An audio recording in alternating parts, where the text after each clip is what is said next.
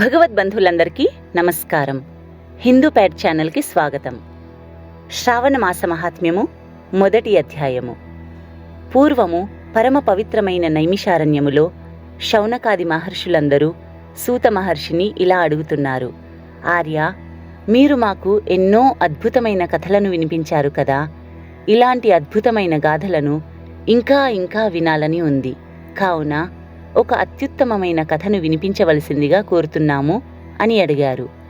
ఆ మాటలు విని సూత మహర్షి ప్రసన్నుడై ఇలా అన్నాడు.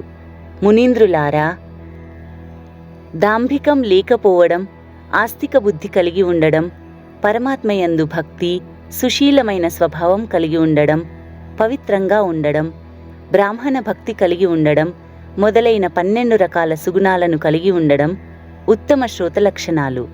ఈ లక్షణాలన్నీ మీలో ఉన్నాయి. కాబట్టి నేను చాలా ప్రసన్నుడనయ్యాను. ఇప్పుడు నేను మీకు తత్వం బోధించగలను అని ఇలా చెప్పడం ప్రారంభించాడు. ఒకానొకప్పుడు ఈశ్వరుడు సనత్కుమారునితో ఇలా అన్నాడు. సనత్కుమారా, ఓ బ్రహ్మపుత్ర, ఓ సువ్రతుడా, నీ సేవాభక్తిలతో నేను అత్యంత ప్రసన్నుడనయ్యాను. అందుకని అత్యంత గూఢమైన ఒక కథను నీకు చెబుతున్నాను, విను. 12 మాసాలలో శ్రావణమాసం నాకు అత్యంత ప్రియమైన మాసం.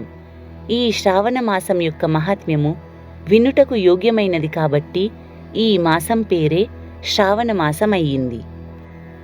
పౌర్ణమి రోజున శ్రవణ నక్షత్ర యోగమున్నందున కూడా ఈ మాసం పేరు శ్రావణమాసం అయ్యింది. శ్రవణ మాత్రం చేతనే సిద్ధిని కలిగిస్తుంది కాబట్టి కూడా ఈ మాసాన్ని శ్రావణమాసం అని అంటారు. ఆకాశంతో సమానమైన స్వచ్ఛమైన మాసం కాబట్టి ఈ మాసాన్ని నభ అని అంటారు. ఈ మాసం యొక్క ధర్మాలను లెక్కించడానికి అసలు ఈ ధరణిపైన ఎవరు సమర్థులున్నారు? ఈ మాసం యొక్క సంపూర్ణ ఫలాలను వివరించడానికి పరమాత్మ బ్రహ్మరూపం ధరించాడు.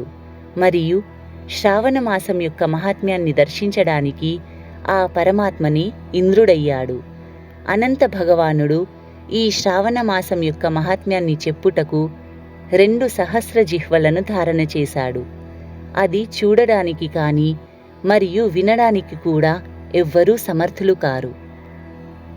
ఓ మునీంద్రులారా, అన్యమాసాలు ఈ శ్రావణమాసం యొక్క కళను కూడా పొందలేవు. సంపూర్ణ శ్రావణమాసం ధర్మరూపం మరియు వ్రతరూపం. ఈ మాసంలో ప్రతి తిథి వ్రతమయమై ఉంటుంది. ఈ నెలలో ఒక్కరోజు కూడా వ్రతశూన్యంగా ఉండదు. ఈ మాటలు విని సనత్కుమారుడు ఇలా అడుగుతున్నాడు. దేవా, ఓ భగవంతుడా, ఇప్పుడు మీరు అన్నారు కదా, ఈ నెలలో ఒక్కరోజు కూడా ఏ తిథి కూడా వ్రతరహితంగా ఉండదు అని. ఇవన్నీ మీరు నాకు సవివరంగా చెప్పండి. ఏ రోజున, ఏ తిథిన ఏ వ్రతం చెయ్యాలి? ఆ వ్రతం యొక్క విధానమేమిటి? ఏ పూజా సామాగ్రి ఉపయోగించాలి? ఏ దేవీ దేవతల పూజ చెయ్యాలి? ఏ సమయంలో చెయ్యాలి? ఈ వ్రతం చేయడానికి అర్హులు ఎవరు? అర్హులు కానిదెవరు? ఏ వ్రతం చేస్తే ఏ పుణ్యఫల ప్రాప్తి లభ్యమవుతుంది? ఈ విషయాలన్నీ వివరించండి. స్వామి, ఏ కారణం చేత మీకు ఈ శ్రావణమాసం ప్రియమైన మాసమైనది? ఏ కారణం చేత ఈ మాసం పవిత్రమైన మాసంగా పిలువబడుతోంది? ఈ మాసంలో అనుష్ఠానం చేసుకోవడానికి ఎవరు అర్హులు? ప్రభు, ఈ విషయాలన్నీ మీరు నాకు వివరించండి. మీ సమక్షంలో ప్రశ్నించడానికి అసలు నేనెంతటి వాడను ప్రభు? నేనేమైనా ప్రశ్నించడం మర్చిపోతే అవి కూడా మీరు నాకు తెలియచేయండి అని సనత్కుమారుడు ఆ పరమేశ్వరుణ్ణి అడిగాడు.